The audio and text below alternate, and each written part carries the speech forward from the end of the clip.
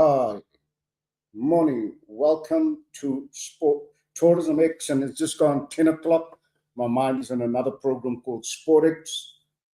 My name is Gerrit Davids, and we have a very esteemed lined up today um, of industry association thought leaders, and I hope they all got the memo that they need to be here bright and early. And as it is, 2 weeks ago, we hosted the Tourism X MICE event edition. And today we are hosting the MICE Associations edition. And we've got something like 9 different tourism and industry associations lined up to come and share with us what is it that they do for their members, why you should join, and also what's coming up in the near future with regards to their activities and programs and events. And just as a reminder, at the end of this month, we are doing the MICE Events Edition again. And so what happens with that edition is that we place the focus on MICE events that are purposely designed to promote the MICE sector. And so the end of the month, we would then host a couple of event organizers to share with us what's going to happen at their editions coming up for the rest of 2026. I know it's a bit of a mouthful, but we try to keep track of all these things, new exciting webcasts, unpacking what's happening in this ever-evolving, and some may say even ever-disrupted sector called tourism at large. Also, for our audience, feel free to post your comments from whichever platform you may be watching, and we'll show it on the screen. So what is Tourism X Forum, and in particular the MICE edition? Okay, we're striving to create a live platform for South Africa's MICE industry, but also add African content as we go along. In fact, 2 weeks ago, we had at least 2 or 3 presenters of MICE events taking place in Africa that participated in the edition of 2 weeks ago. So Tourism X also then wants to showcase insights from leading industry associations and stakeholders from the likes of those that you present today. But more importantly, we also want to provide updates on trends, opportunities, and sector developments. That's very important that members of these tourism and in particular MICE associations are up to date or up to speed as to what is coming, especially perhaps from a regulatory point of view. You know that government just yesterday extended the public input with regards to the new public procurement regulations. So it is now extended till the 15th of July. And perhaps your industry made some inroads to gather you around the table and submit some inputs to the procurement regulations, because it impacts largely on the industry, especially for those who are doing business with government, whatsoever aspect of the MICE portfolio. But also, ultimately, perhaps this forum, Tourism X MICE Forum, is to facilitate knowledge sharing, maybe create some networking and collaboration. We've got some plans in the pipeline where we would want to people from the industry to trade live, like in a trade and travel event. They would call it hosted buyer component. We would probably want to call it trade live, where people can exchange business cards and do business with each other. Also, we want to promote the growth and the competitiveness of the business event sector, hopefully through this interaction on this platform called Tourism X Forum MICE Edition.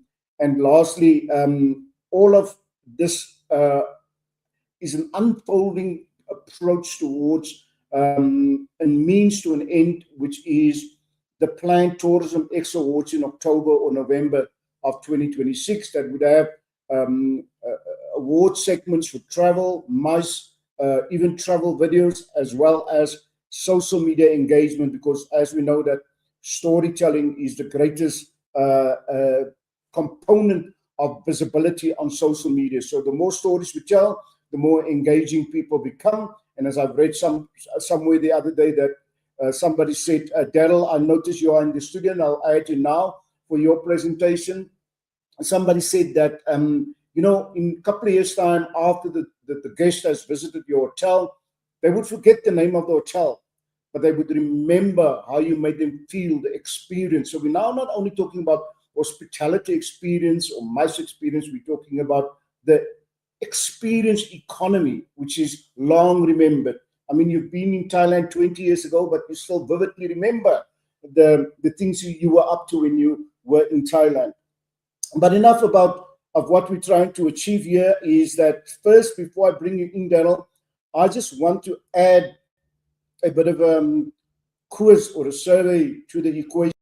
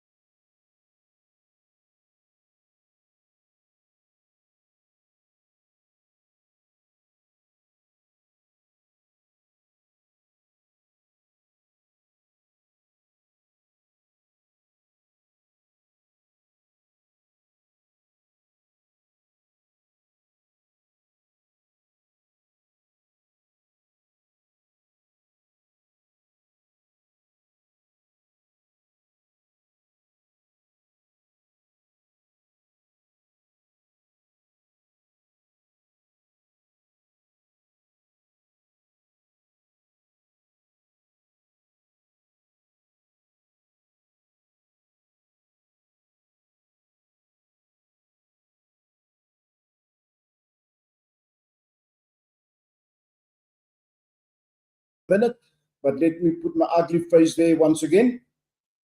Okay, so let me bring in Daryl. Daryl, are you there? Have you disappeared? I think Daryl has disappeared. Or are you there, Daryl? Let me see. Daryl has disappeared. Um, okay, Hanley has entered. I think Daryl is trying to make a comeback. Daryl, I'm going to add you to the stage. Good morning, Daryl. How are you? And Daryl, the proverbial, you are on mute.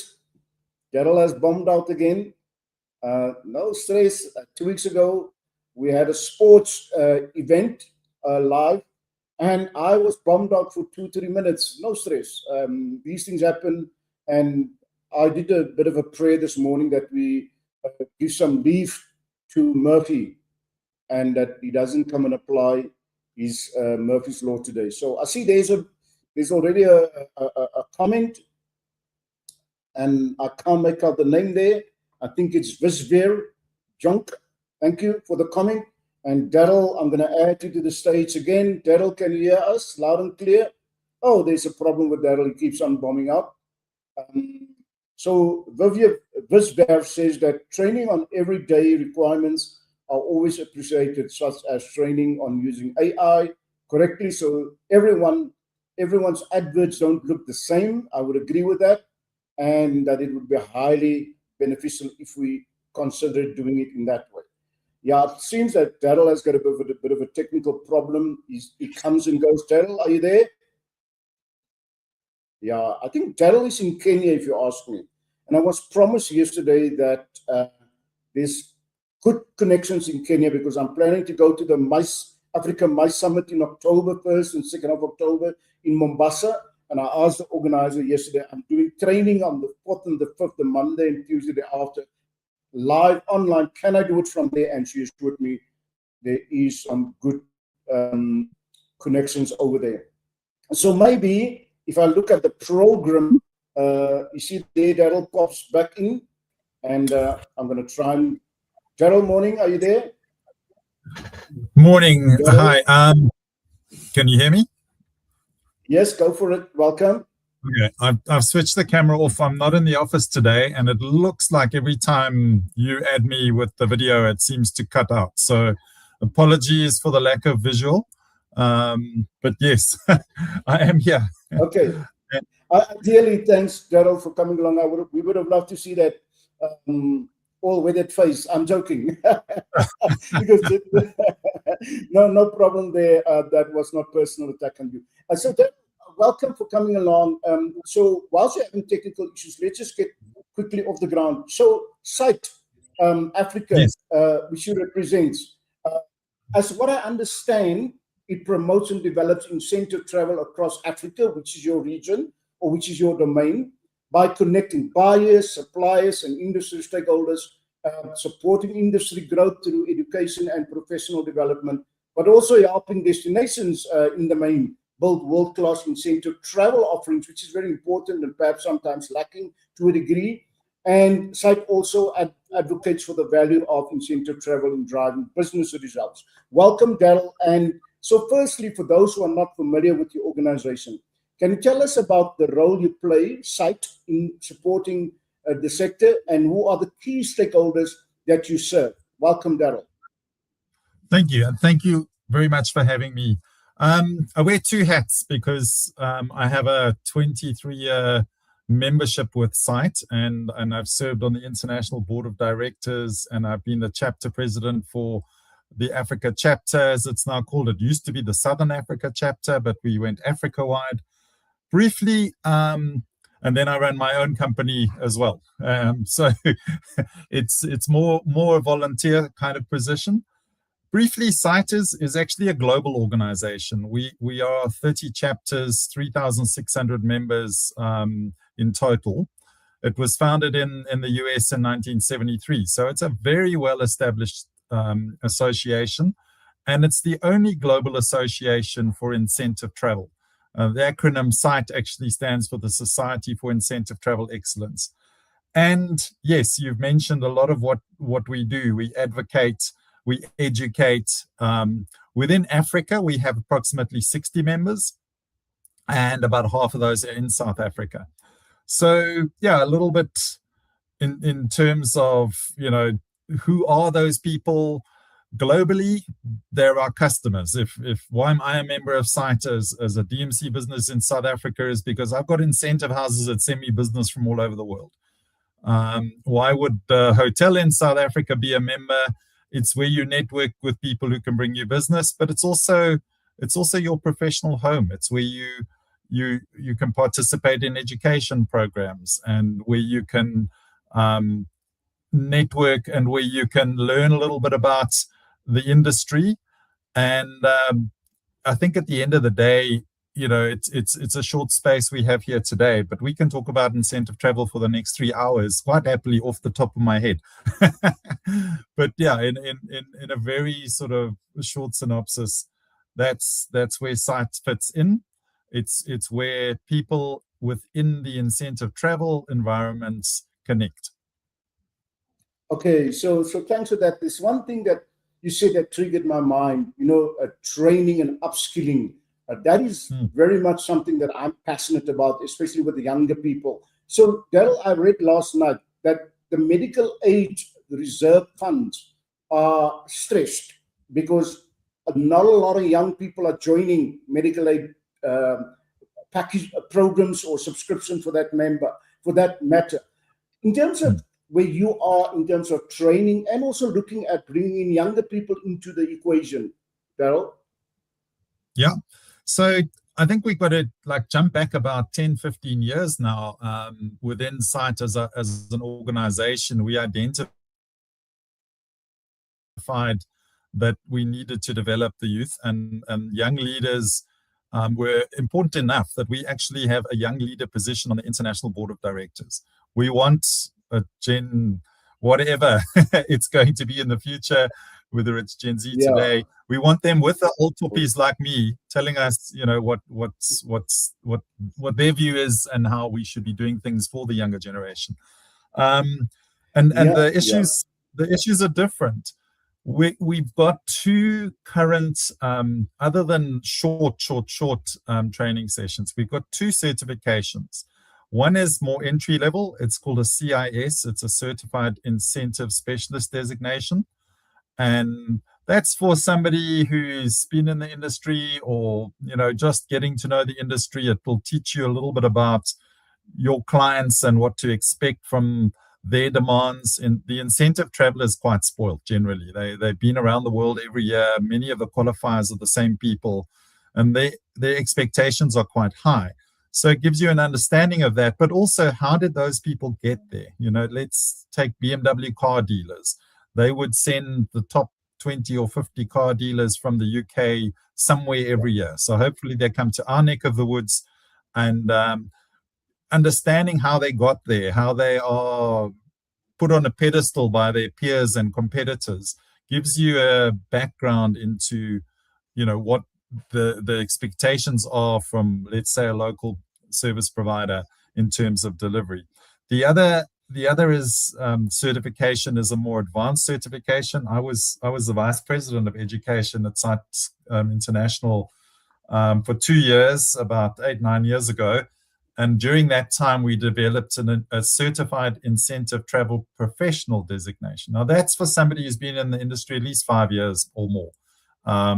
It's something that's properly examined. I scraped through, I'll be honest, and I've been in the industry for 15 plus years when I wrote the exam. So that's for advanced professionals.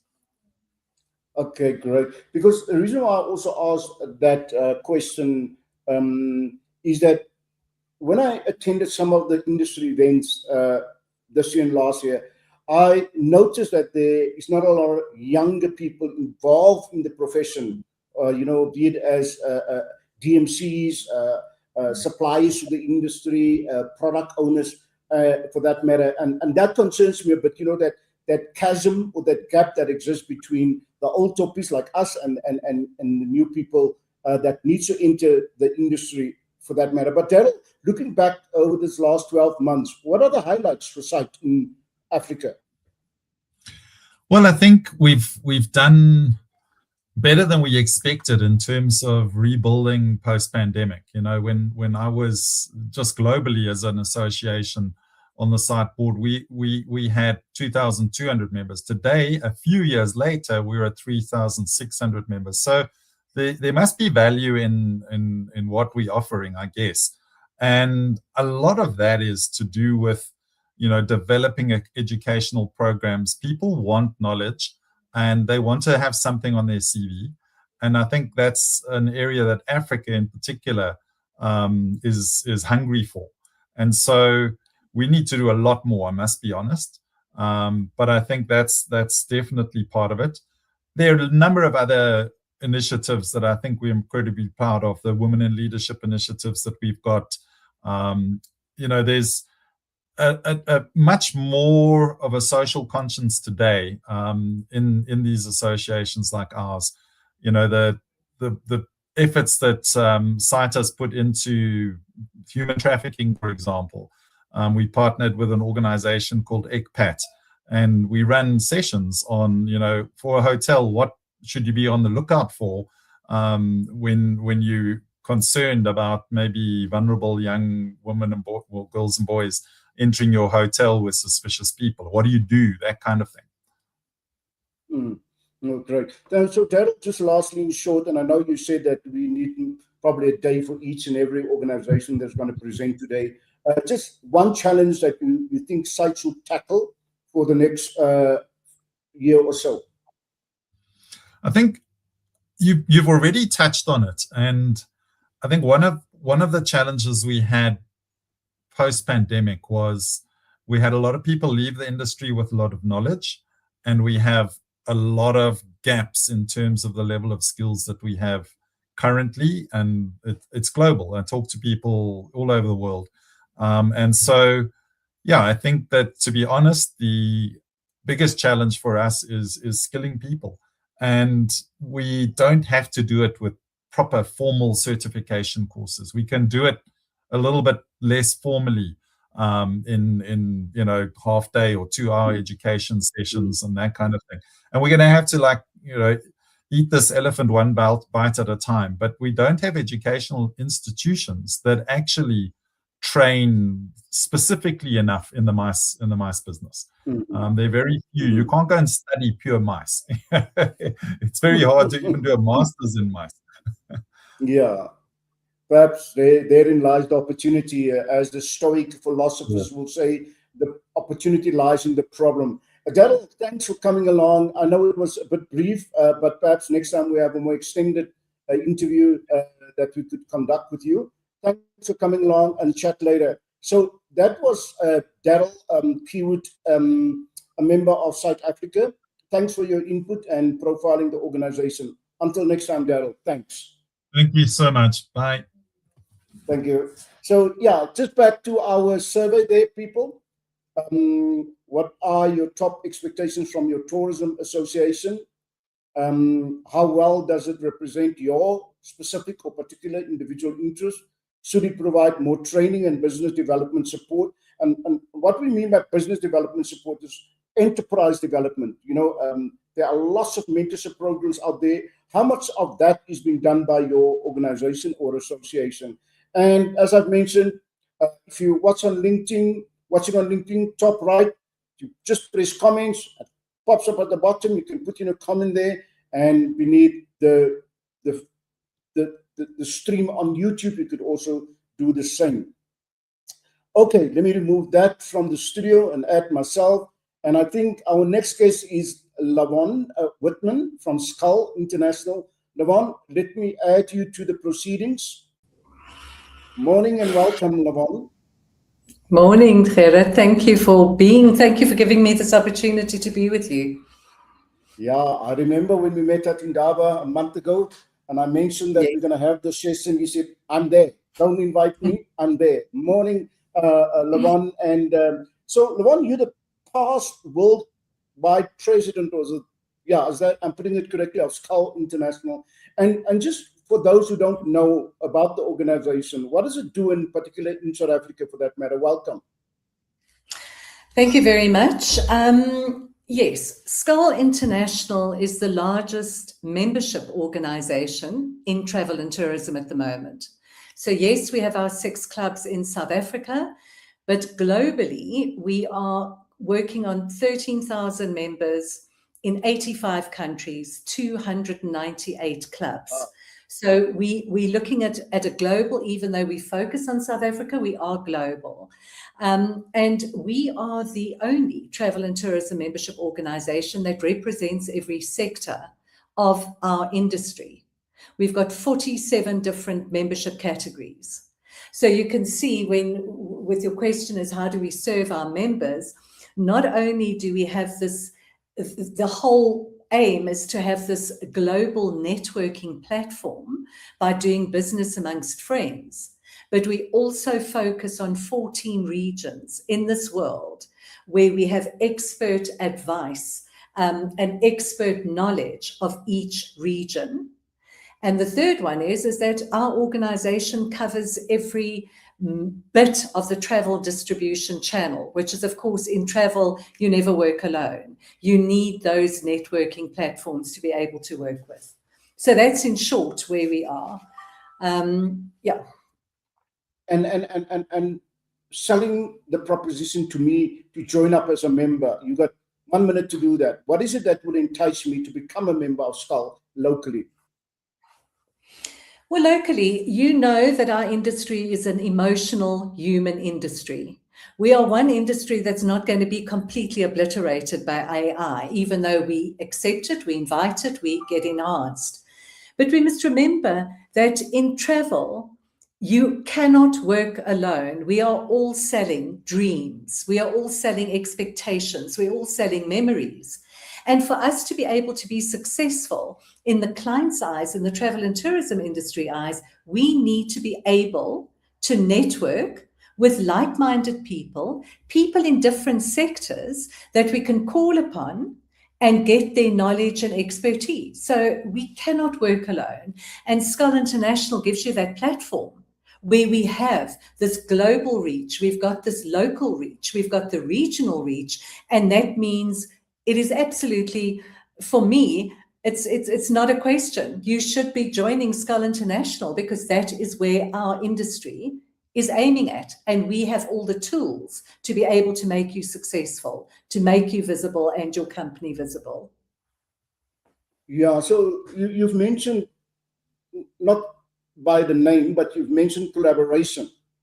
Yes. With other entities like yourself. And what would your appeal be to those other entities out there that says we are not so different as you would think we are, let's look at the commonalities or the characteristics or the traits, as the Americans would say, that makes things common in terms of our endeavors.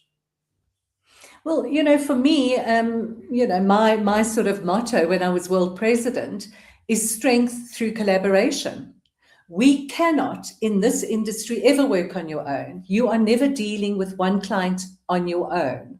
You are dealing with ground operators, airlines, hospitality, travel insurance, visas. So we must have this mindset that you can't work on your own.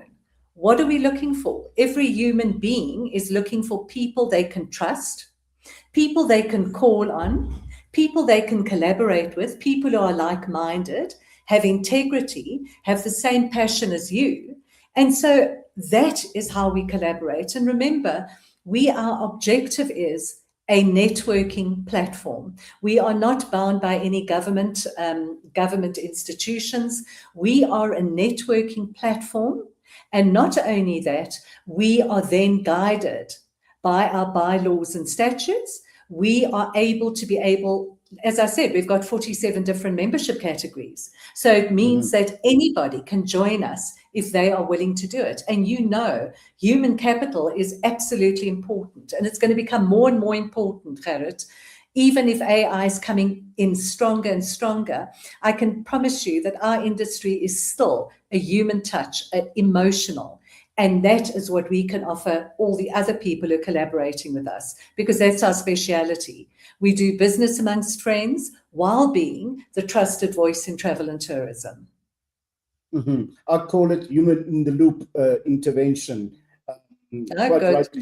Quite rightly put there, Lavon. So Lavon, looking back perhaps on Skull in the region, what was the thing that stand out most for you that you've achieved over this last 12 months? Well, I can tell you, I'm very proud of our organization. As I say, I speak locally, regionally, and globally. Skull International started Sustainable Awards back in 2002, when sustainability wasn't in fashion, if you can call it that. And we have become world-renowned in these awards that are recognized all over the world. We have 9 categories. This year, 2026, 2025 was a record amount of entrants. So we know we are appealing to those people who are sustainable, responsible tourism. We collaborate with Biosphere, we collaborate with responsible tourism. We know for sure that we have engaged on separating our global reach into regions, which mean we have the global big picture of the right brain, left brain, minutiae detail of every region. So we have experts in every region to be able to add value on the challenges, the opportunities in each region, whereas we're looking globally. And our membership has become more trained, we've become more focused, we've become more passionate.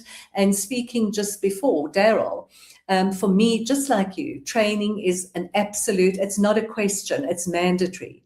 Because I always say an engaged and knowledgeable and uplifted and empowered member is a successful member. Because for us to be able to attract new members, we need to know the history of our organization, what the objectives, the rules are. So we do that training, which is really picked up, where we're empowering our members about the knowledge of Skull and giving them soft skills and business development skills, which for me is more important because we all, not all, but most of us are entrepreneurs. Okay, great. So lastly, Lavon, if there's one challenge that stands out where Skull is saying we should be doing more of that, despite external issues, internally where we can control it, what is that one challenge, Lavon?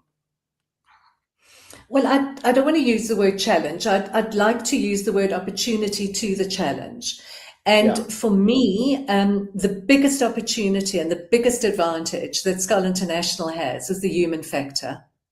That is our objective. That is our doing business amongst friends. And I'm telling you, like we after the pandemic, when we looked at a different traveler, a different outlook, a different way of traveling, because we have that human touch in networking, in being on a platform with like-minded people, and we have the knowledge of captains of industry in every sector of our organization. That, for me, is a huge opportunity. The challenges to that opportunity is getting to be more visible and letting people know about our brilliant organization and how, by joining, would be their best decision to do that. So I hope that's answered your question. No, sure. And thanks for coming along. Time flies quickly. Levon Whitman, past worldwide president of Skull International. Thanks for coming along, and let's chat again soon. Thank you. Thank you very much. Thank you, Levon. Let me just add the survey again to the stage there. Hopefully I can do that. And also, Levon, you can stay in the stage, in the studio. Okay, so let's just look at the survey. Again, 3 questions, but feel free to add anything that's top of mind when it comes to your sector, your industry, and your industry association. So it is at that time that help us think that I would like to bring on Kevan. Kevan Jones, you next. Let me just add you to the stage. There we go, and remove the survey. Morning, Kevan. Your 5th time on the platform. Morning. Absolutely, and good morning to you. Thanks for inviting me again. Yeah, great. So Kevan, I got it right this time. You did. Sakia. Absolutely. Thank you. Yeah. After you've racked me over the knuckles 4 times before, I'm striving to get it right. So Kevan, the South African Communications Industry Association, it stands for cohesion within the industry per se. And what is the mission statement? If you look at the articles of incorporation or the constitution, whatever you may call it, what is that one mission statement that we should hear from Sakia? So in practical terms, we say that our objective is to promote the adoption of professional standards and ethical business practices in the events and entertainment industry across Africa. I'm glad I got that off the top of my head. No, good. You on a roll there. Continue. Yeah. So yeah, it really is that simple. So our focus is on standards, training, and industry certification. Daryl was talking about the designations that are awarded by Site International. We're obviously a SACWA recognized professional body. We're the only professional body recognized by SACWA in the South African market that's active in the events industry. And so part of our mandate is to develop and award and manage, and where necessary, revoke professional designations to people working in the events industry. And we have several designations that we award, some of them to professionals working in event management, but others relevant to event safety and to event technology. So actually we have a professional designation that can apply to a broad range of professionals working in the events sector. Yeah, so essentially, Sakia, the main mission is to represent the communications and audiovisual industry by supporting those professionals and practitioners as well as businesses across live event sector. So what are the industry standards that you promote? That you've alluded to some of it now, but could you maybe just unpack a bit more about that? And because that would probably be an incentive for people to join or the industry bodies, whoever, to join the association, Kevan. Yeah, so I think if we had to focus on standards for a second, the core standard that applies to the events industry is the SANS 10366 National Standard for Safety in the Events Industry. It's a fairly kind of sizable document, this is what it looks like. And if you go to page, I think it's page 2 of the document, there's an addendum that reads that the SABS Standards Division wishes to acknowledge, I'm reading it out the book, the valuable assistance derived from publications of the Technical Production Services Association, the TPSA. Now, the TPSA is one of the councils that exists within SACIA. And so collectively, we've been involved in contributing towards the development of the national standard for more than 15 years. And so promoting the adoption of professional standards and ensuring that there's an alignment with international standards is absolutely critical. Again, when Daryl was speaking earlier, he spoke about the importance of international standards. This is an industry that doesn't operate in a silo. It requires cooperation and collaboration between multiple stakeholders. And the last thing that an event organizer, particularly an event organizer that's traveling around the world, wants to do is have different standards that apply in different countries. And in the case of South Africa, the last thing that people want is to have the application of different standards across different municipalities. And so creating standards is key. But then also going back to the other issues, there's no point in having a standard unless people know that it exists.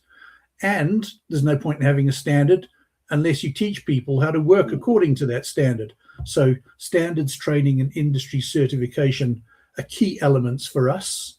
And as I said, we have several designations that we award either to event managers, event safety officers, and people working in event technology.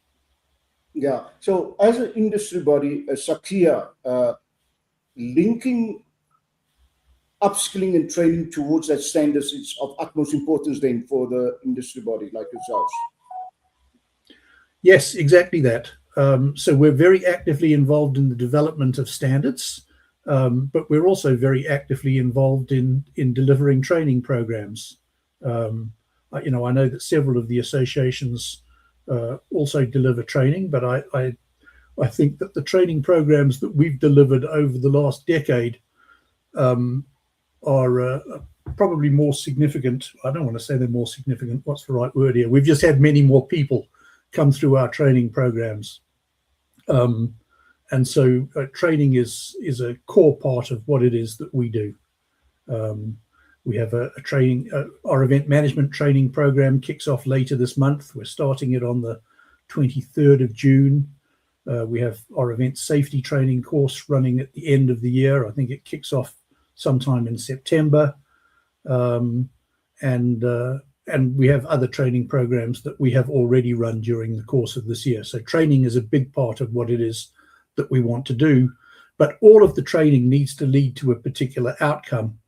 And so, giving people the opportunity to earn a professional designation that's registered with SACWA and that recognizes their skill and their knowledge and their competence is absolutely core to what it is that SACIA does. Yeah. So my understanding, part of the reason to belong to a tribe, a community, an association, or an industry body for that matter, is the aspect of I'm being protected in many ways by belonging. Okay. And so if you were to meet me in the elevator today, and I'm saying to you, I'm in your industry, what is it that you would say to me as to why I should join up as a professional? I would say it's we're the only association that provides professional recognition that is registered with SACWA. And so it's about forming an alliance and being part of a community of people that are working together to drive the adoption of professional standards and to uplift the environment in which we work. That's the simple version. The 30-second elevator pitch. So, Kevin, you're also involved in the upcoming summit, Industry Safety Summit. Yes, exactly that. So it goes really back to what I was saying about, it's important to have standards, but people need to be aware of what those standards are.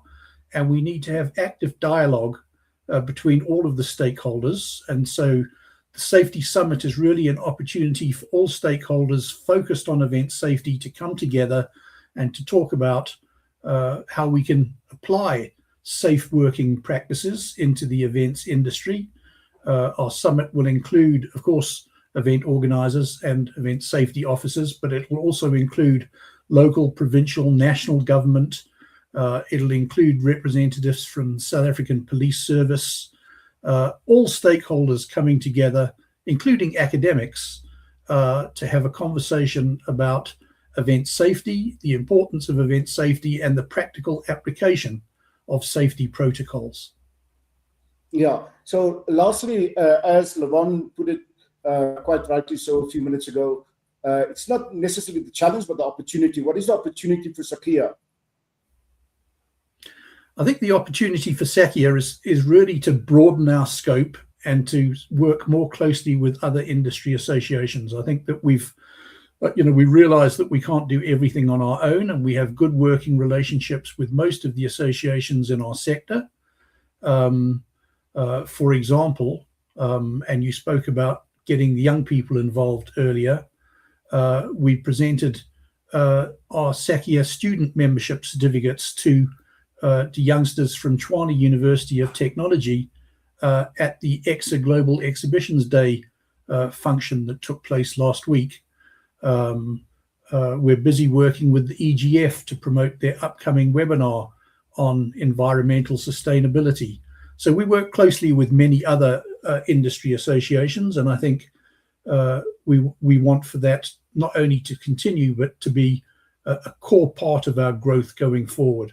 We can't do it all on our own, and we can work more effectively or achieve our objectives more effectively when we work in collaboration with other associations active in the sector.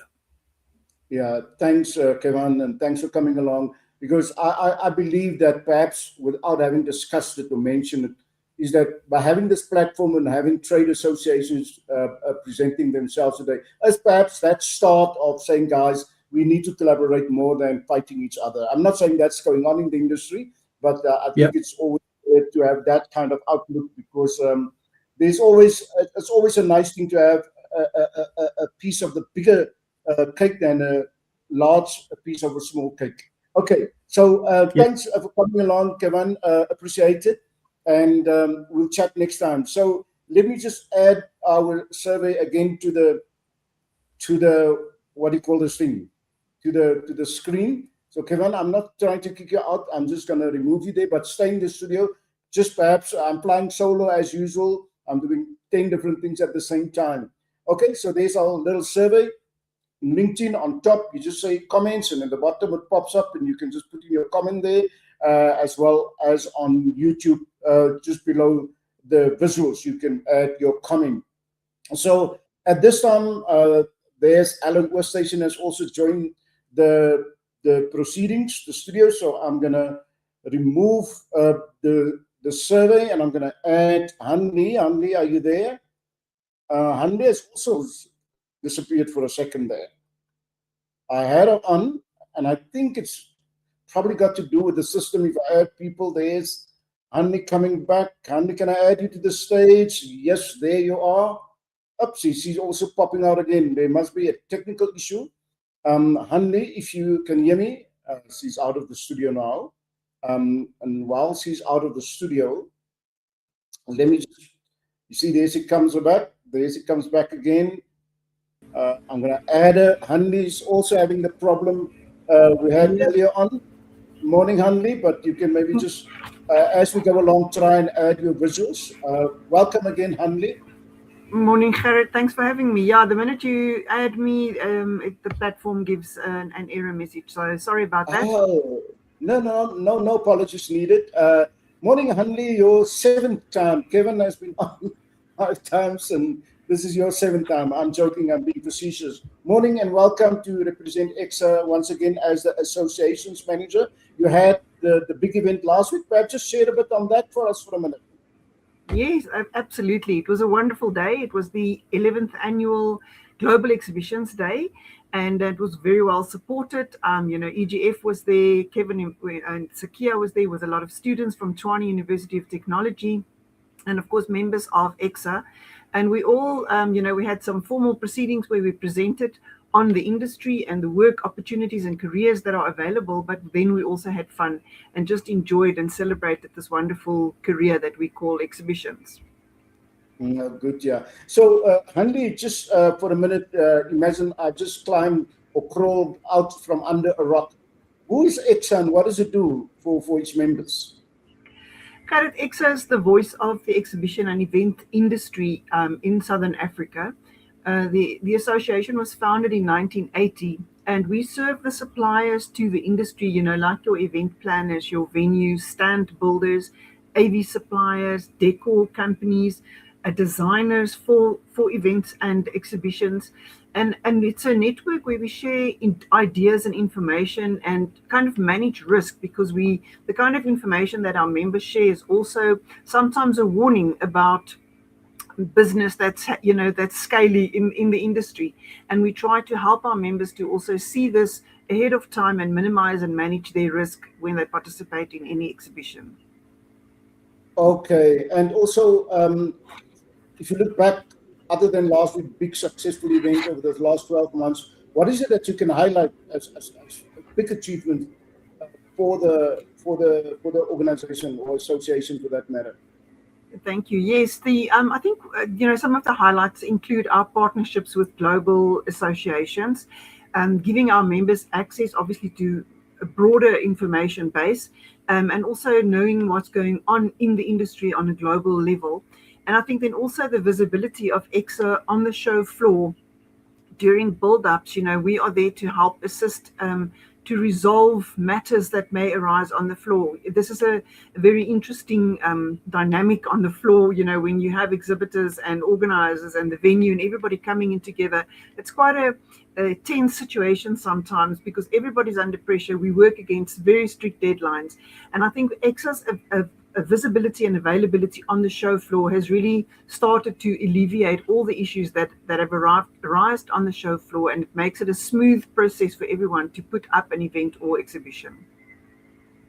So, if I'm entering the industry at this point in time, what would incentivize me to join an organization such as EXA? Well, EXA is, it's a group of people collaborating to ensure the professionalism of the industry. We practice sustainable practices in terms of business, so we're very much aware of the impact that we have. There's high standards of health and safety, and also Kevin mentioned it, a lot of our members will go to that training. It's always upskilling, continuous training for us. And then, of course, building relationships where we have a collaborative community that supports excellence in the industry. And I think if you start up in this industry, what you want is the expertise and knowledge of people that have gone before you, but also the opportunity to share your own innovative and new creative ideas coming into the industry. And any training initiatives, programs that's being rolled out or in the pipeline? Yeah, yes, absolutely. We obviously support the programs that Kevin is offering, the designations. We encourage our members to complete and enroll for these courses and do that. But we also work with the services CETA, where we go down to a next level, where we say, but we do need carpenters and painters and those kind of people working in our industry. And the services CETA needs to help us there in upskilling people in that. And then basic business management and those kind of leadership roles and that. So we do work a lot with the CETA and with Kevin in training our people. And what would you say, Hanli, would the benefits be of these international cooperation agreements that EXA is concluding to its members locally? Well, Gerrit, like I said, it gives us access to a global market in terms of the way that work is done as well. We exchange a lot of information, and it's good to know that situations and issues or challenges, as we call them, in South Africa is not unique to South Africa. If you listen to you sit in on any of the other meetings, you realize that the same matters arise in the industry globally, and sometimes you learn from people how they resolve that, and sometimes we can contribute and say, but in our space this is how we would solve that problem. And the collaboration there is very good, the exchange of information. And when our members, for instance, get work or get orders in other countries, it's easier for them to link with someone in the space in Europe, for instance, or in America, where it's totally different to do this kind of work, because you then have someone that's got access to suppliers and that understands how the network in that country works. So it just makes our members also be more professional and be stronger when they work across the borders. Okay, so what are some of the exciting activations coming up in Excel for the rest of the year? Well, yeah, I just wanted to say, cost is always an issue, and we are kind of at the bottom of the line from the venue to the organizer. There's things like fuel and transport and supplier costs, and that also comes in. So one of our challenges is also looking at how to resolve that and how to absorb that and staying still profitable businesses. But what we're very excited about the young people, the young professionals that Kevin mentioned. Having the students at our event last week gave us access to a couple of people that are keen to get into the industry. So we also want to start a youth desk within our board space, bring people on board of the next generation to understand how they think about the future of the industry, but also to do a bit of skills transfer and just link, build a bridge between the generations to say we are an aging industry and we need to bring young people in. So that's the exciting future for us, is now to bring that young influence into our business and to see how we can take Exit to the next 40 years. Of business. And then obviously, linking to all the speakers that went before me is training.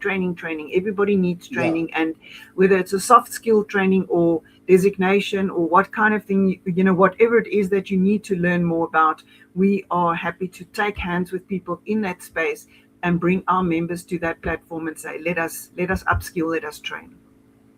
Yeah, and so where do you see the opportunities lies for EXA for the rest of the year? Yeah, I think opportunities, this has been an amazing year. It's been a very busy year for our members. And I think, like everyone else, we also have to bring tech and AI, into the business without losing the human factor, without losing the face-to-face value of what we bring. And we want to keep things real. So I think the challenge or the opportunity lies into obviously embracing technology, but still retain the human, the factor there, and then also our environmental policies and decisions that our members make. It's really a key focus for us to bring our members on par with international standards. We support associations or initiatives like Better Stands. We are a lot of our members, and we also sit on the Event Greening Forum. We want to bring that to the table and say, guys, this needs to be priority going forward. We need to really reduce our footprint in the exhibition space. Yeah, you mentioning Better Stands there. I went to the website the other day and I was like shocked with the amount of people that belongs to the initiative. How's that playing out within the EXA environment and members? So some of our members have signed up. It's always a factor where people need to decide how many associations or groupings do I need to belong to, and where does the benefit lie for my company. And I must say, EXA through the Event Greening Forum has got access to excellent information, but some of our members have decided to go with the Better Stands route, and it's shocking, because it changes the way we think about business completely. And it sometimes means that we have to take difficult decisions in our business and make difficult choices in our business going forward. But yeah, so it is growing. I think as every year there's more people signing up for that, more people subscribing to the principles, so we're not 100% there yet, but yeah, I think it's something that we can work towards, in the next year or two, to see that we can get the numbers up for our members to support those initiatives. No, great stuff. Thanks for coming along once again, Hanmi. That's where we would leave it for now. Until next time. Thank you. Thanks, Gerrit. Thank you so much. Thank you. You're welcome. So next up, we have Alan Westhuizen. Alan, your mic, the proverbial. Good morning, Alan. How are you? Morning, Alan. You? No, we're managing in the cold Johannesburg. I was in the cold Johannesburg. Hello. I know that, yeah. I know that. That's why I'm saying it. Welcome. Yeah. Alan, thank you. Thank you for having me. No, you're welcome. So it's been a busy start of the year. You had the awards in February. I so much wanted to attend, but I had to do other things. But how's it been thus far for the PCO Alliance Network? Well, the PCO Alliance Network, this year we've been very busy, most of our members. And The PCO Alliance was formed in 2005 by our founder, Jacqueline Stumke, who's also been in the industry for years. And then I took over from her, and I was there 6 years. And we had the privilege as well to be on the SA Events Council during COVID. We represented one of the associations. We were 14 associations then that tried to open the industry. And we've been growing. We've been up skill development for younger generation. As Hanneli was also saying, we're trying to give our knowledge we've got to the younger generation. We've approached the universities to assist with event organizing where we can assist them. So we are also out there to collaborate. We 33 members. You get invited. It's by invitation to become a member, and we vet anyone who wants to become a member. We check them out. We want all documentation, etc., and we make sure that you're not a fly-by-night, because professionalism is very important in our industry. And all our expertise we've got, we want to carry across, as other speakers was also saying, that the younger generation must now come in and take over from us that needs to retire. So yes, we're a professional body, and we are involved in the Event Greening Forum as well as associated member. And as a professional body, we also want to be out there, like the Festival of Eventing coming up, the Women in Mice coming up. We're all involved in that, all those events, so that we can also have a footprint out there in the industry. And as a PCO Alliance network, we are well respected in the industry amongst all the venues. We've been around.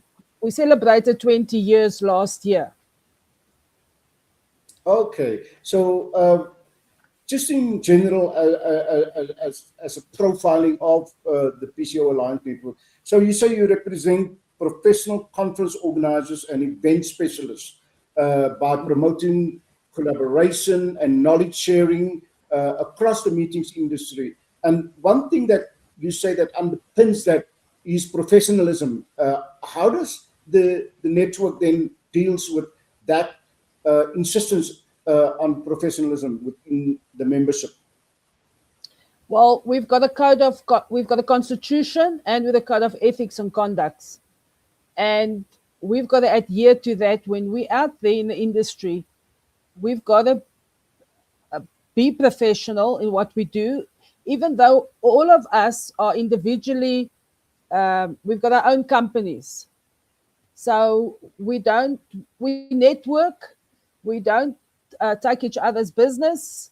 So wherever we are out there in the industry, and the venues will call me or any of our EXCO members if there is a problem with one of our members, and we will address that.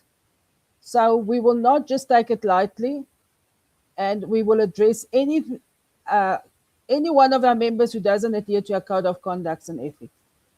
So we keep it professional as far as we can. No, great. So as I asked Hanneli earlier on, so if I'm entering the conference and events industry as an organizer or a planner, what incentives would there be for me to join up with the network? Well, to become a PCO Alliance member, we have preferential commissions from the venues. We network, and it's amazing how we assist one another on all our platforms, and we assist each other even on our own events. I can, for instance, they call me to help with Joburg health and safety, the JOC, and I'm also event safety officer. So I offer my services to my colleagues on the PCO Alliance, because health and safety, as Kevin was saying, and Hanneli and everybody, is very important. And I know in the industry, a lot of organizers think it's not important. But things can happen, and then you are responsible as the organizer. So we network across each other, we assist each other. So it's like a family. We all help each other, and on our groups, if I need a venue in Timbuktu, it comes through. If I need a supplier, it comes through. So we are a network, a group of network professionals, and the venues invite us. We can't get to all the site inspections, but they want us there to sell their property. So and our corporate profile is it's amazing what we all spend in this industry of tourism and events, because a lot of our members also they've got incentives overseas. So they take groups overseas and on incentives. So it's not just all local, it's Africa and nationally and international. Okay, and also we talked about collaboration. That's the one thing I want to question you on. And then the other thing is, what are the training programs currently, formal or informal, that the network is offering its members? So first, your view on collaboration with other industry bodies and training. Yeah, we collaborate with Event Greening Forum. We've collaborated with the National Convention Bureaus. I attended the PCO Roundtable in Cape Town the other day. So our input and collaborate with all the various associations and SARCI, we can all chat to one another and collaborate and ask for assistance. It's not that we say, I don't need any from this guy or that one. We can pick up the phone and ask for assistance or whatever. Before COVID, we didn't even worry. But when we formed that association, the SA Events Council, which we are trying to pick up again, we can now pick up the phone and talk, and we can all collaborate with one another. And then on training, we're actually doing, offering my members the Poppy and Paya workshop today and tomorrow, because that is also becoming an important issue. So we're doing a workshop on that for the members. We also share the Event Greening Forum, who's setting out webinars. We share that, and they must attend to keep up to date, because as organizers, we also need to become more sustainable and train our people and train our clients to be sustainable, and even the venues. So anything that's trending, we try and give that information through to our members and to attend workshops and webinars. Yeah. So thanks for that. You know, you've mentioned Poppy or Popia and Paya. Poppy and Papaya is the Protection of Personal Information Act, and how organizations deal with that subject matter, the data of the person.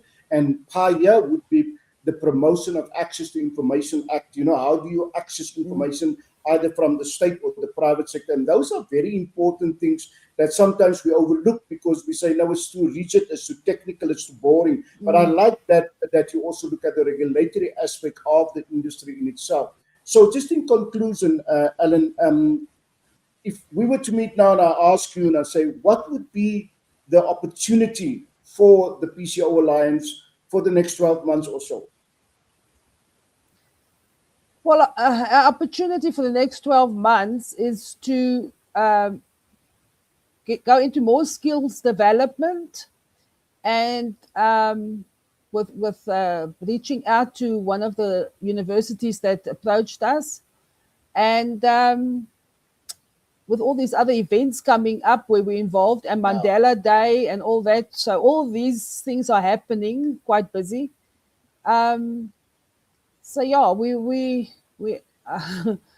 there's so many things just popping up suddenly, but we've got our program coming up for training and being involved in all the events industry events happening coming up. So, and we support them with women in mice, women of stature. So we are all involved in all these up and coming events coming up in the next few months. No, good, yeah. Yeah. And I think, thanks, Ellen. I think the challenge is to extract value from being involved or present at these events and build the organization. Ellen Oosthuizen, chairperson of the PCO Alliance Network, thanks for coming along. And until next time, thank you. Thank you for having us. Thanks. Bye. Thank you. It is at this stage that I would like to add, Alan, I'm going to just take you out of the equation there for a minute, but you're welcome to stay in the studio. Morning, Justin. How are you doing? Morning, Gerrit. Yeah, I'm great. I'm here in Cape Town. I'm not in Hout Bay. This is just the background. And but I'm in our Cape Town office for today, and flying back later to Johannesburg this evening. Good to be with you. I see you got and wearing the big outfit. Yeah, exactly. Kudos. So it's a big day today. You're making in time for the game? Yeah, I will. I especially organize that I'll be in time to watch the Mexico versus South Africa game. Okay, no, great stuff. So Justin, we've had an interview maybe 18 months or so ago on the event greening forum, and just for those who don't know about the forum, just kindly profile it to us. Okay, thanks, Gerrit, and thanks for the opportunity. The Event Greening Forum specializes and focuses on greening in events, so business, consumer events, but not focusing on greening in houses, individuals. It's very much focused on a business way. And we started the organization, myself and Grace Stead, some 15 years ago, where we felt there's a lot of waste in exhibitions, events, conferences. As you know, it's built and then it's, a lot of it's destroyed, and also there's a big carbon footprint around the travel. And we just felt that we needed to address something in our associations and in our industry to tackle this problem. And we started that some 15 years ago. And in the world, there are very few organizations that are totally focused on event greening, and we one of them. So that's what we focus. We work a lot with other associations. We've got a whole lot of MOUs, and there are about 8 or 9 associations that actually are part of our organization. So we actually like a federation, and then we've actually got individual members. We've got about 50 members in terms of what we do. So that's a little bit of background about the Event Greening Forum. Yeah. Justin, do you find it a tough sell? I go to an hotel and they say, if you do not need the towels, just leave it on the floor and we'll take it and get it ready for the next day. But when I go to the kettle, I find the kettle is filled to the brim, and I'm going to switch on the plug, and I'm wasting all that energy, electricity on boiling water. I mean, what is it like trying to sell this notion of sustainable event planning? Yeah, so it's an interesting thing, Gerrit. We were actually chatting about it, a couple of months ago. There's no doubt about it. The growth in sustainability and sustainability awareness has been huge. And, we started out, like I said, 15 years ago, and it was a very, very hard sell then, because it was growing in people, just starting to learn about greening and sustainability. But it's grown a lot, and I think there's a lot of, global warming, and we see the impact of that, and social problems and stuff more and more. So there's no doubt about it. It is growing. In terms of a hard sell, I think it's a lot easier, and I think that's why also the associations align a lot with us. And you would have heard Hanley and Ellen and other people in our industry aligning very much with what we do. So I think it's a lot easier sell. It's always a hard sell because everybody thinks that greening costs more money. In some cases it does, and in other cases it actually saves money. I'd rather throw something away that can generate money in terms of waste recycling. I'd rather reduce the amount of transport that we do. and that would save money. So there is an element of that it does cost more, but there's also an element that it saves more.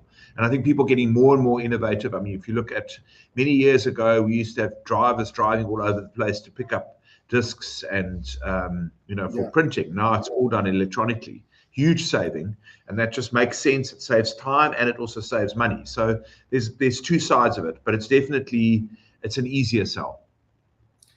So Justin, how much knowledge are people asking for in terms of scope 1, the carbon footprint that you generate within your own company, scope 2, carbon footprint that's generated by electricity and your water usage, and scope 3, carbon footprint that's generated by your suppliers? How much of a ask in terms of understanding and awareness is going around that aspect? Yeah, it's a very interesting thing you ask. So there's a thing called NZCE, which is the Net Carbon Zero Emissions Initiative, which started in Scotland at one of the COPs there, and it then rolled into various COPs going forward. It actually started in Paris, in the Paris Accord. Yeah. And that was very much broken into how much carbon is generated, and it's got the 3 scope levels, like you mentioned, your own scope, the electrical scope, and the scope on the external factors. So there's no doubt about it, there's a growing awareness of it. I do feel that there's challenges with the NZCE. There was meant to be 50%, our industry was meant to be 50% less by 2030. I think it's too soon. I think there are challenges in terms of our carbon is often because of aeroplane flights on conferences, people flying throughout the world for conferences, which is scope 3. So I do think there is quite a lot of questions asked. We have had an NZCE, we had a whole NZCE series last year, just explaining the different scopes and also explaining, how we can do things better. So there are questions, and there's also a couple of other initiatives out there, and we'll mention that later in this interview, that are happening. So it is, people are asking questions about the different scopes. Okay, thanks. As a board member, looking back over this last 12 months, what are some of the key achievements that the forum has achieved?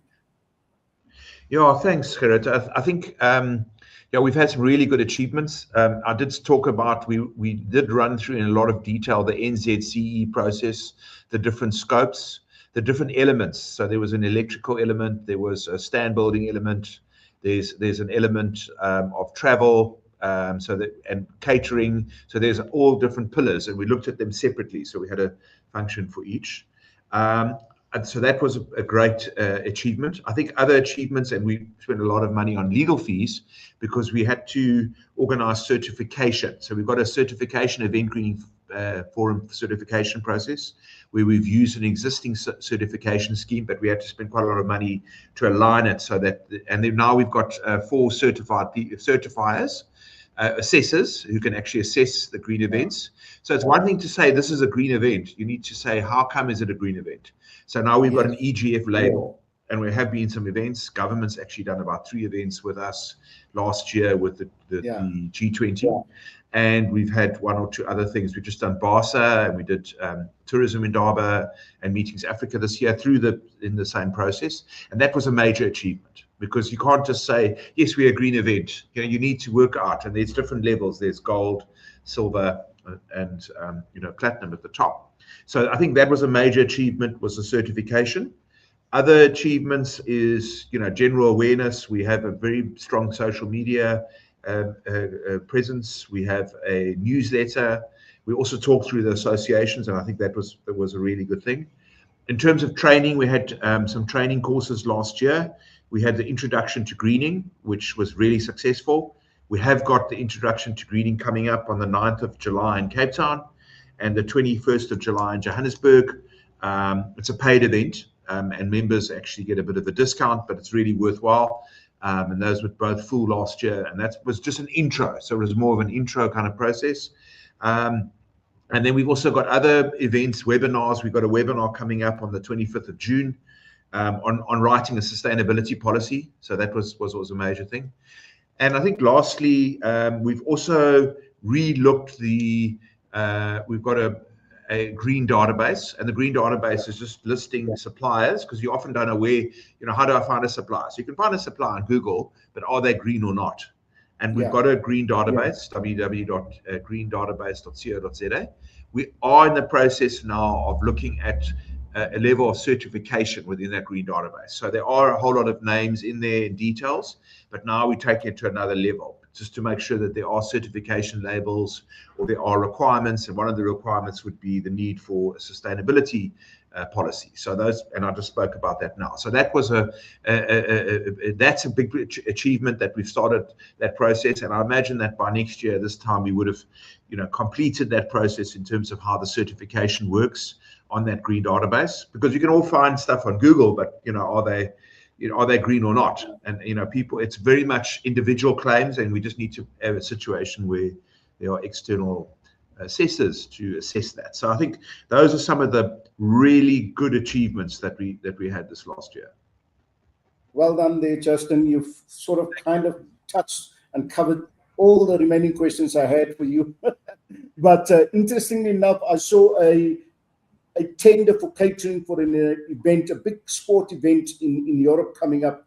And the tender said, with regards to the bowls where you're going to put in the food, it says, do not put big pieces of meat on top, put smaller pieces of meat at the bottom, so that by the time the person gets to the bottom, he's not going to waste the meat, because it will be smaller pieces. And I also, so those are little things that adds towards scope 3, and that would be scope 3, or caterer would be your supplier. But I also read that for the whole of this European season for the F1, Mercedes is going to use EV trucks. I mean, that in itself shows you the commitment that Formula One as a business is making through the eventing space towards sustainability. Justin, thanks for coming along. We're running a few minutes late, but pretty much succinct in your presentation, and it's everything I would wanted to ask. Thank you very much, and until next time, perhaps we have a bigger or a longer conversation. Thank you. Thank you. And I just say, Justin, check our website out. Check our website out. Come to our training. We would love to have you. Thank you. Okay, great stuff. Thanks, Justin. At this time, I would just thank you. Until next time, I would just like to add the survey again. And there's a few questions that we're asking, and feel free to respond to it in the chat, whether you're watching on LinkedIn or what is this thing called, YouTube for that matter. So it is at this stage that I want to bring Cuthbert to the stage. I see Cuthbert also. What is the word? Justin, I can't see you, if you maybe can just remove your. Oh, there you are. I can just. I'm going to kick you from the studio, but you can. Oh, I shouldn't have kicked you from the studio. Apologies. Cuthbert, there you are. Let me just take this slide from the screen there. It's getting all too busy in front of me, the screen and everything. I'm going to remove that and then put the two of us good-looking gentlemen next to each other over there. Welcome, Cuthbert. How's the weather being where you are? Thank you so much. In Pretoria, it's pretty cold. Yes, it's quite a cold breeze, but let's get used to it. Okay, no, great stuff. Cuthbert, so essentially, like we did with the rest of the presenters, the African Tourism Board primarily promotes the continent as a leading global tourism destination. And in that, you support tourism growth in terms of all the activities and activations that you do. But it also promotes the notion or the consideration to invest in, and also help with destination development across the continent. So your tourism stakeholders, even you talk about advancing sustainable and inclusive tourism practices. But first, just give us a profile as to what the African Tourism Board represents and who are its members. Welcome, Cuthbert. Thank you so much, Garrick, and great conversations from my core presenters. Yes, as African Tourism Board, it is a premier Pan-African tourism organization where we are dedicated to positioning Africa as a single, competitive, and globally attractive destination. And also our guiding vision is anchored on the philosophy of saying one Africa, one destination. So we strategically work to strengthen tourism as a vital tool for our economical growth in Africa, for job creation, and also for sustainable investment, our cultural exchange. And actually, we enjoy our diversity as a continent, and also looking at deepening our regional integration. So our role as African Tourism Board, one, is global promotion, actively promoting Africa's diverse and Africa's rich tourism offerings to international markets, and also brand advocacy. We support destinations in marketing a robust brand Africa initiatives. It's all about branding. When you look at, what is going on in our continent, quite a lot of negative publicity. So the onus is up to us as destinations to say, how do we portray a positive reflection on our destination? And of course, our strategic alliances. I think, our sister from Skalk, Lavoni, who actually indicated the SNC and the collaboration. Yeah. Collaboration. So tourism is a multi-value chain collaboration where we need to work together, and of course our continental mobility as well. We travel within Africa through improved air connectivity, which is, by the way, Garrick, is a challenge that we are facing as a continent. Destination development that directly empowers and benefits our local communities, who are, by the way, the custodians of our heritage, custodians of our culture. So those are the key areas of the African Tourism Board where we say we need to focus and make sure that we really look at integrating collaboration and synergy throughout the value chain of our economies.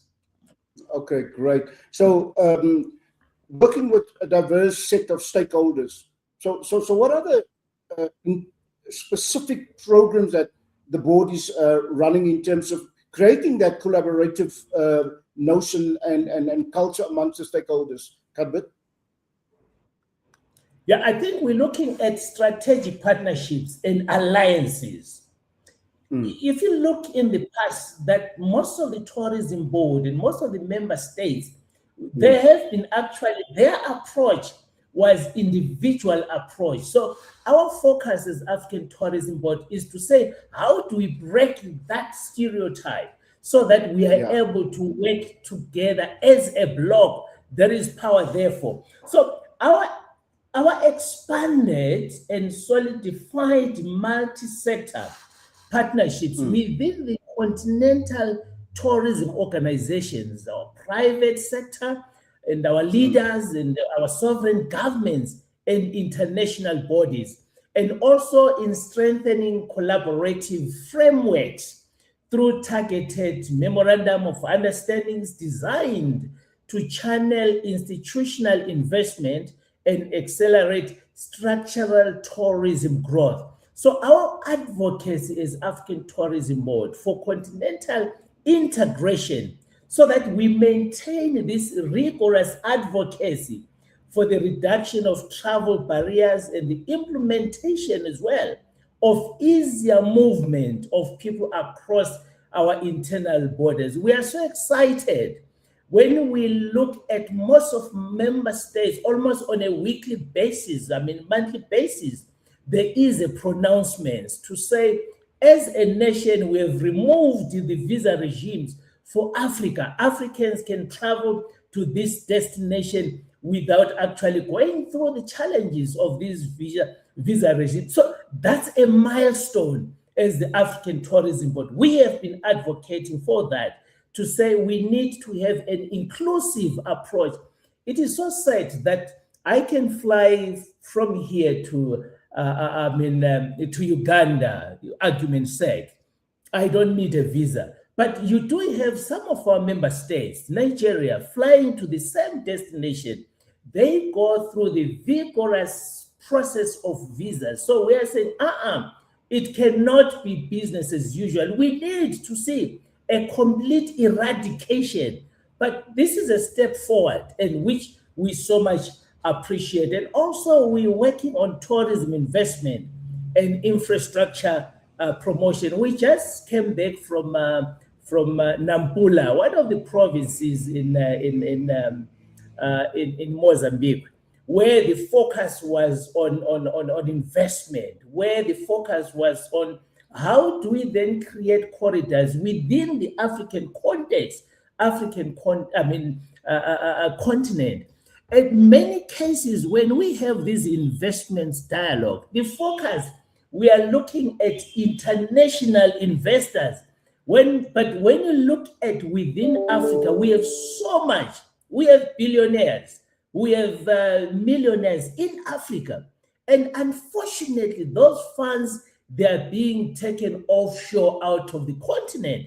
So we need to create that synergy where we would say, instead of de-investing in Africa, it is time for Africa to invest within Africa. You're talking of sustainability. So the focus as well is aggressively to promoting Africa as an attractive, Africa as a secure destination for capital layout in tourism infrastructure, and also connectivity solutions and luxury hospitality projects. We need to start to focus on those. So we have actually done quite a lot as African Tourism Board, and also we have engaged with the diplomatic economic diplomacy, where we are saying, no, we need to deepen the institutional relationships with diplomatic missions, embassies, and international development partners. We need to leverage tourism as a dynamic but soft power platform for our cultural exchange, for our peace building, and our robust economic diplomacy. So our focus over the past year has been more decisively beyond rhetoric and establish meaningful, high-yielding partnerships that translates directly into tourism growth, capital attraction, and tangible economic opportunities for African communities. Okay, thank you, Cuthbert. In conclusion, if you look at the bullet point on the ticker tape there on the screen, wherein lies the opportunity, if you look at that statement, to enhance Africa's visibility and competitiveness in the international arena? Cuthbert?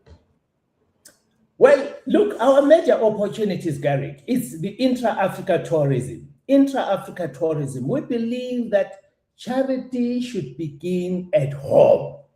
The global community or the global market should actually come in as a complementary to what Africa has. We have so much to offer, but very little appreciation. So capitalizing on the vast undertapped potential of Africa's exploring Africa, we need to explore Africa spurred by an expanding middle class and an escalating domestic appetite for our premium, for our authentic, and for our regional travel. I think the most fundamental is to say, let us take advantage of the intra-Africa trade. Let's be able to trade among us ourselves. And of course, Africa is not an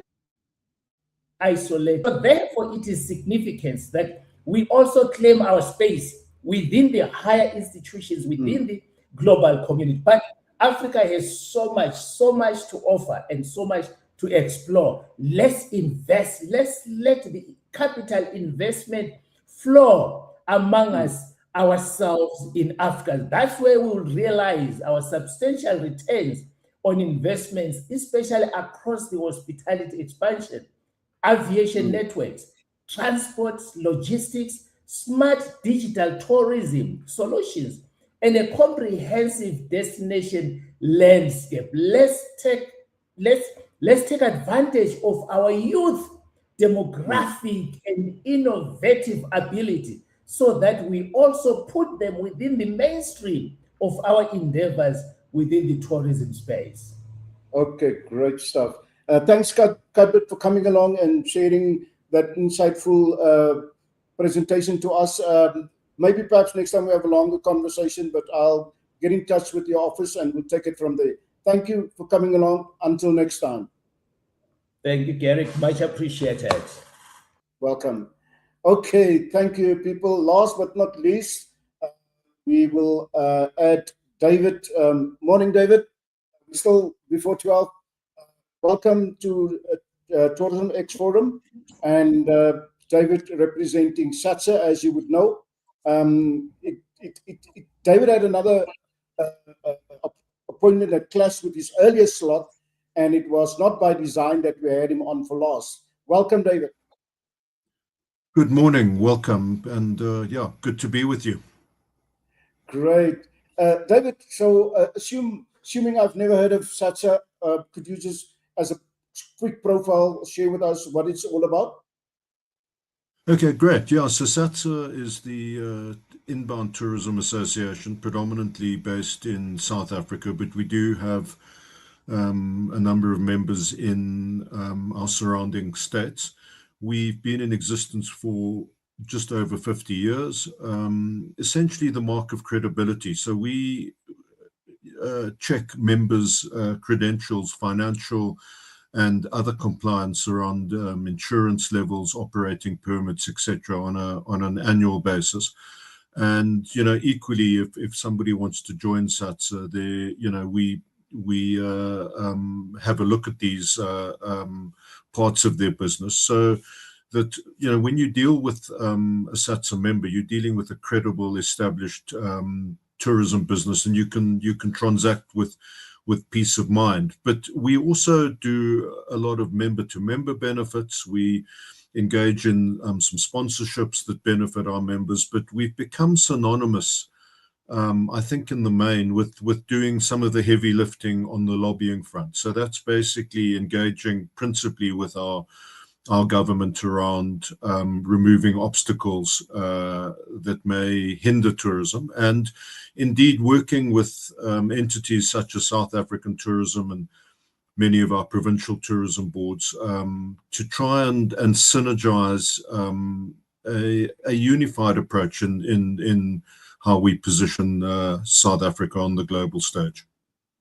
Yeah, so the professional standards is the one thing that underpins that confidence to the market that is propagated by the likes of your philosophy in terms of membership and the industry or the trade that deals with your members. David? Sorry, could you just repeat the first part? You broke up slightly.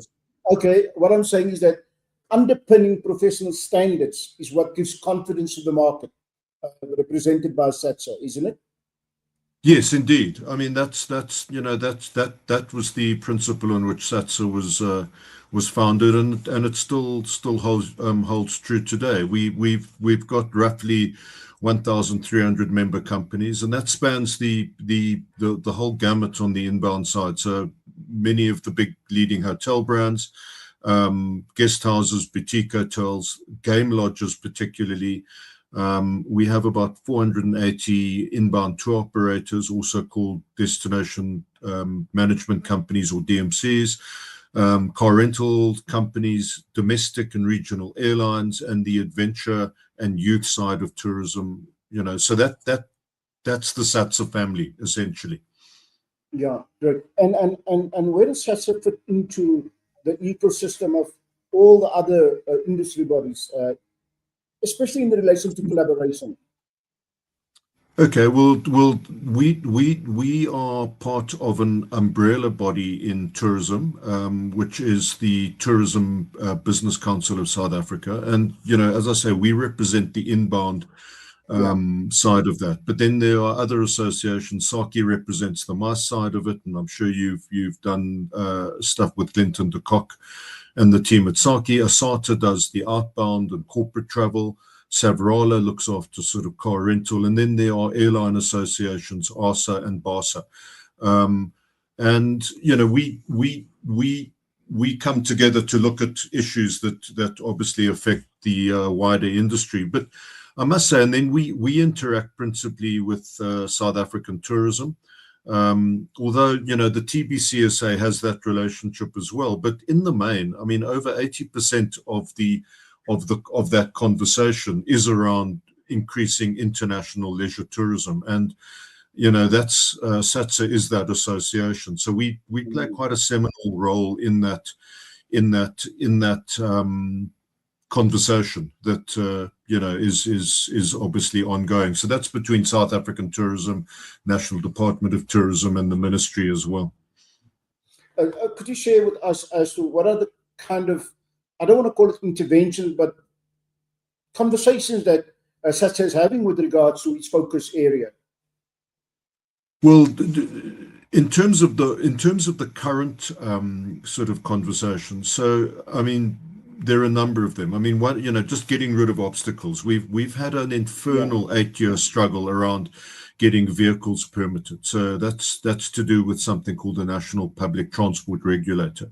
So we're working with the TBCSA, and they've been amazing in supporting us, and a consulting company called Genesis Analytics, and then intervening to work directly with the Office of the Presidency and Operation Vulindeba to sort that sort of mess out. So making good progress in that regard.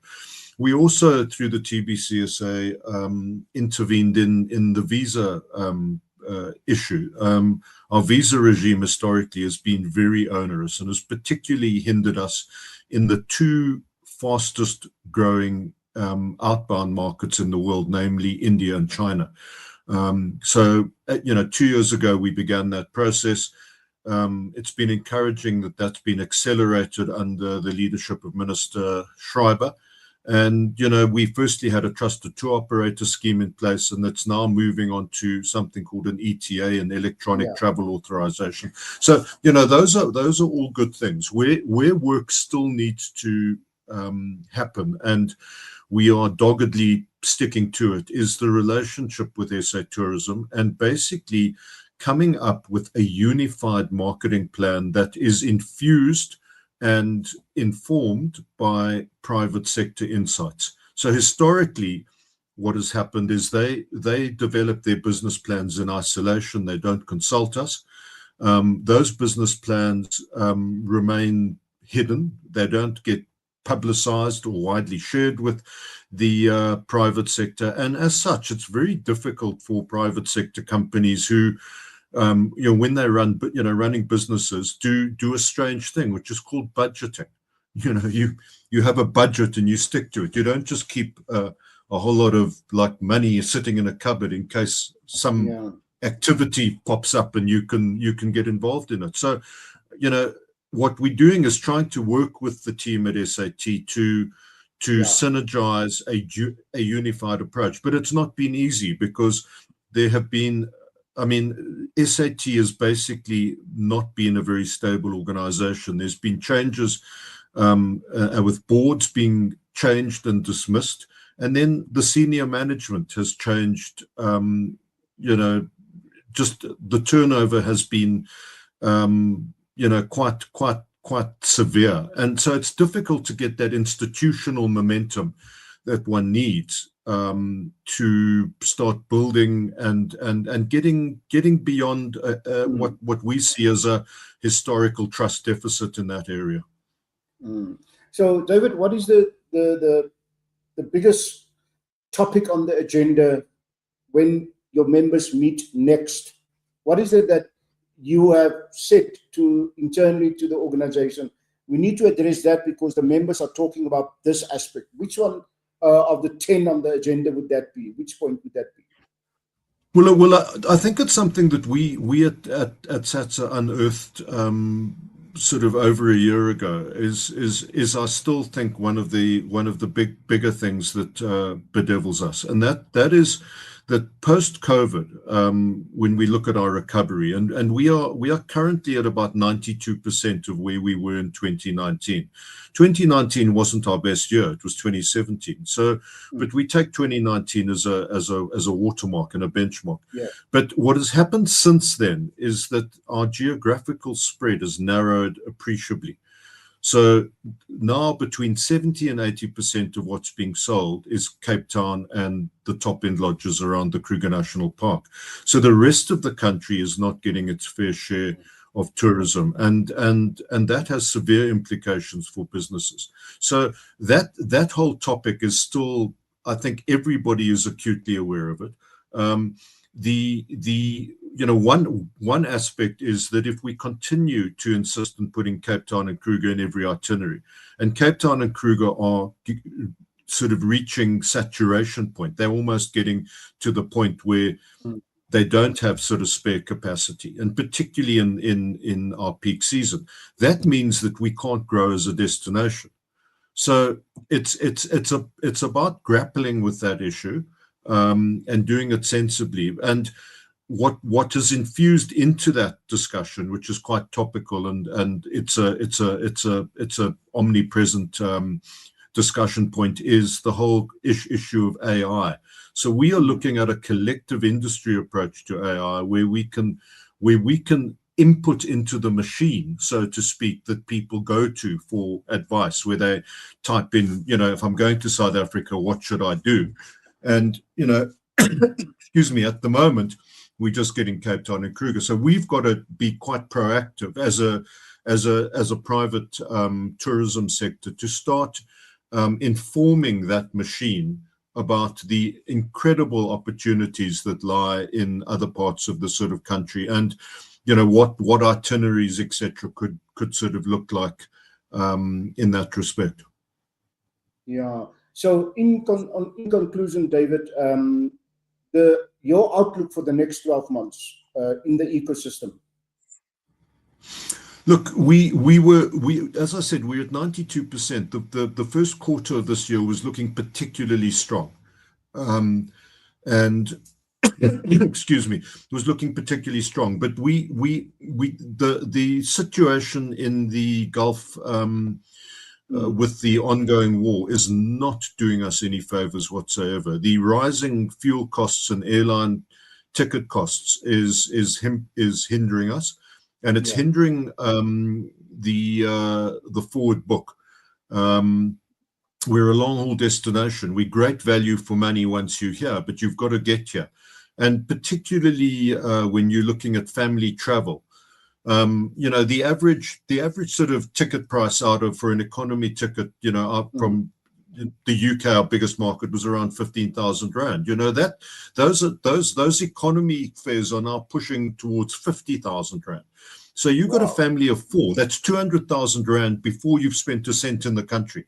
That starts becoming really, really tricky. Your top-end luxury market will remain untouched, but that good value market, and those are the people that get in cars and get out to the outlying parts of South Africa. So that is a definite concern, and we're also managing and being quite circumspect about the outbreak of Ebola, because the perception, unfortunately, and particularly in I must just say, the United States, which is our second biggest market, geography is not their strongest suit. So they tend to look at these things as a sort of continental sort of issue, rather than a localized issue in the areas that are being affected. So there's a sort of danger that would also deter the sort of forward book. Thankfully, we've just finished our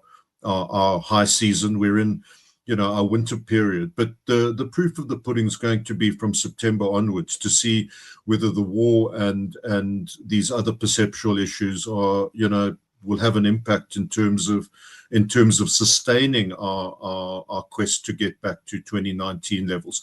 I must just point out that our competitors in the continent have really outperformed us. So when people are coming to Africa, they essentially, one of the main draw cards is wildlife.